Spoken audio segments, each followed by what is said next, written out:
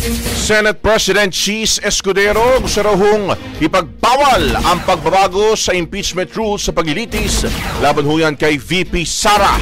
Brigada Ann Cortez, i-brigada mo! Brigada Live Report. Ikinwento ni Senate President Cheese Escudero na nakatanggap sila ng maraming panukala o suhestyon mula sa legal team at mga senador noong nakaraang Senate recess para sa impeachment rules.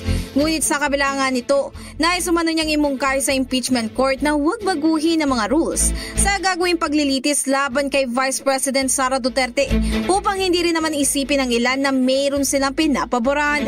Ani Escudero, kung may gusto silang gawing pag-amyenda sa rules ay dapat lang nasa susunod na impeachment cases na ito magamit at hindi nga para kay VP Sara. Pero paglilinaw niya, suhestyon pa lang naman ito kaya subject to approval pa ng impeachment court ang pagpapatupad nito.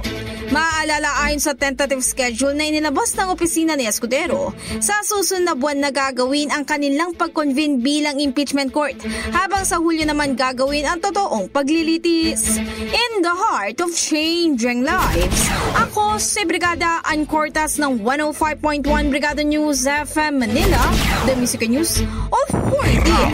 Brigada Balita Nationwide. Ang bahaging ito ay hatid sa atin ng Power Cell Soya Coffee. Masarap araw-arawin.